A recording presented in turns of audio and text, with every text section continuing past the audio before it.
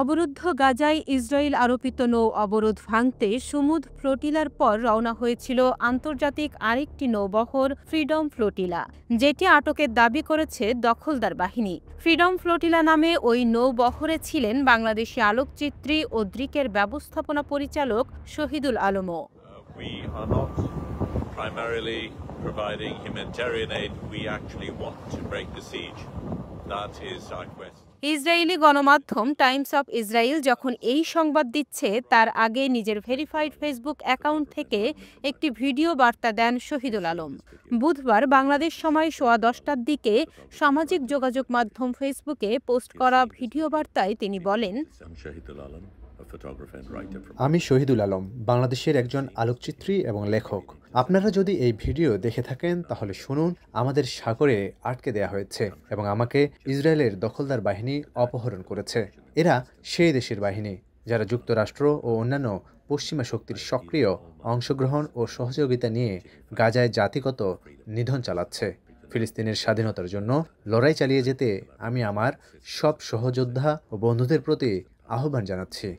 I appeal to all my comrades and friends to continue fighting for the freedom of Palestine.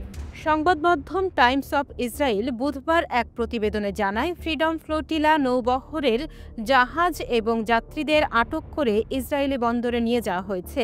সামাজিক মাধ্যম এক্সে ইসরায়েলের পররাষ্ট্র মন্ত্রণালয় বলছে, আইনি নৌ অবরোধ ভেঙে যুদ্ধক্ষেত্রে প্রবেশের আরেকটি প্রচেষ্টা ব্যর্থ করে দেয়া হয়েছে।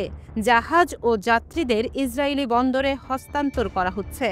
এক্সের এক পোস্টে বলা হয়, সব যাত্রী নিরাপদ এবং সুস্থ আছেন, তাদের দ্রুত ফেরত পাঠানো হবে বলে আশা করা হচ্ছে। এদিকে শহীদুল আলম কনসেন্স নামে যে জাহাজটিতে আছেন তা আন্তর্জাতিক উদ্যোগ ফ্রিডম ফ্লোটিলা কোয়ালিশন এবং থাইজেন্ট মেডলিসন টু গাজা নৌবহরের একটি জাহাজ। আন্তর্জাতিক সাংবাদিক ও চিকিৎসা কর্মীবাহী এই জাহাজ ইসরায়েলের অবৈধ অবরোধ ও সংবাদ মাধ্যমের স্বাধীনতা নিশ্চিত করার লক্ষ্যে গাজা অভিমুখে রওনা হয়েছিল। গতকাল মঙ্গলবার ফেসবুকে পোস্ট দিয়ে শহীদুল আলম বলেছিলেন, আজ ভোরে তারা রেড জোনে পৌঁছে যেতে পারেন। রেড জোন বলতে শহীদুল আলম মূলত সেই বিপজ্জনক অঞ্চলকে বুঝিয়েছেন যেখানে ইসরায়েলি সেনারা সম্প্রতি সমুদ্র ফ্লোটিলা নৌবহরকে আটকে দিয়ে অধিকার কর্মীদের আটক করেন। উত্তপ্ত সাগরের মধ্যে যত দ্রুত চেষ্টা করছি এগিয়ে যেতে, আমরা সবচাইতে পেছনে, সবচাইতে বড় জাহাজ, কাজেই আমাদের উপর কি আসবে সেটা এখনো বোঝা যাচ্ছে না। তবে শহীদুল আলমকে বহনকারী নৌযান কনসেন্স ইসরায়েলি দখলদারদের কাছে আটক হওয়ার পর ফেসবুক পোস্টে তিনি ভিডিও বার্তায় বিষয়টি স্পষ্ট করলে সেখানে সামাজিক যোগাযোগ মাধ্যমের কমেন্ট বক্সে বাংলাদেশি জনগণ তার নিরাপত্তার বিষয়টি নিয়ে অনেকেই মন্তব্য করেন। অনেকেই আবার এই আলোকচিত্রের সাহসী উদ্যোগকে সাধুবাদ জানিয়েছেন। গাজাবাসীদের ওপর ইসরায়েলের অত্যাচারের তীব্র নিন্দা জানান। বাংলাদেশি জনগণ শহীদুল আলমের পক্ষে এবং গাজাবাসীদের সাথে আছেন বলেও কমেন্ট বক্সে জানানো হয়। আবার নেটিজেনরা বিষয়টিকে ভিন্ন প্রেক্ষাপটে, ভিন্ন দৃষ্টিতে দেখে নানা কমেন্টও করেছেন। এএফসির সমুদ্র ফ্লোটিলা নৌবহরের নৌযানগুলো ইসরায়েলি অবরোধ ভেঙে গাজায় ঢোকার চেষ্টা করেছিল। সে সময় গাজামুখী সমুদ্র ফ্লোটিলার 40টির বেশি জাহাজ ও এর যাত্রীদের আটক করে ইসরায়েল।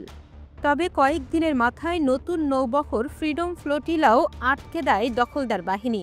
পরে সমুদ্র ফ্লোটিলা থেকে আটক 479 জনের বেশি সদস্যকে নিজ নিজ দেশে ফেরত পাঠিয়েছে ইসরায়েল। 2 বছর ধরে চলমান যুদ্ধে ইসরায়েল বিদেশি সাংবাদিকদের গাজায় প্রবেশে বাধা দিয়ে আসছে।